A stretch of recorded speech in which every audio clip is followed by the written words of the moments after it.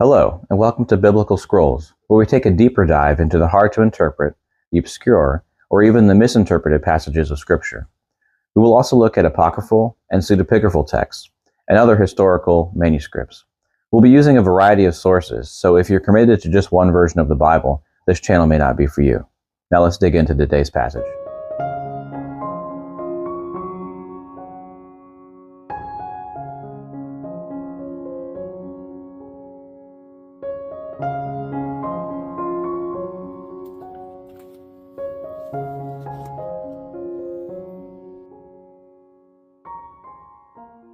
Today we're going to look at a familiar passage, John 3:16.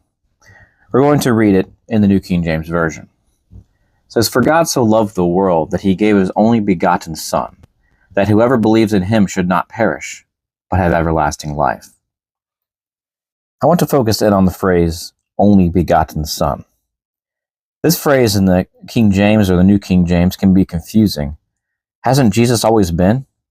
God's Son has been from the beginning, even before his human life. But begotten has the idea of being preceded by God the Father, and that therefore means that there was a time that Jesus did not exist. The Greek word translated here is monogenes. It doesn't mean only begotten in some sort of birthing sense, but rather one of a kind or unique. Neither of these have a connotation of created origin.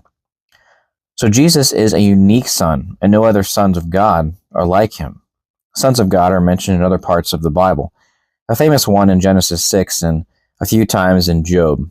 Sons of God there are either angels or lesser deities. All would qualify as Elohim. Now let's move over to Genesis 1:26 through 27. 26, it says, "Then God said, 'Let us make man in our image, according to our likeness. Let them have dominion over the fish of the sea, over the birds of the air, and over the cattle, and over all the earth, and over every creeping thing that creeps on the earth.' So God created man in his own image. In the image of God he created him. Male and female, he created them." At face value, you may look at this and see the plural pronouns us and our here, and think the Trinity. But Hebrew grammar and proper exegesis will show that the Trinity is not a coherent explanation in this passage. Rather, we have a singular Elohim, God, comes to his divine counsel with the idea of creating humans. But this was not a group project. No, the Most High God does the creating. All the verbs relating to the creation itself are singular. God has a divine counsel, not because he needs to, but because he wants to. The Most High created humans, not because he needs to, but he wants to. He has need of nothing and lacks in nothing, but he created and called it very good.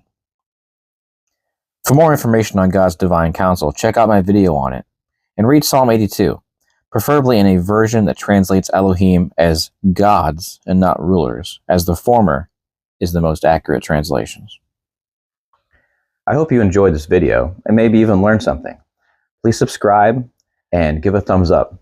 The topics on this channel are difficult and sometimes there's a difference of opinions, but that's okay. Be blessed, be encouraged, and I'll see you in the next video.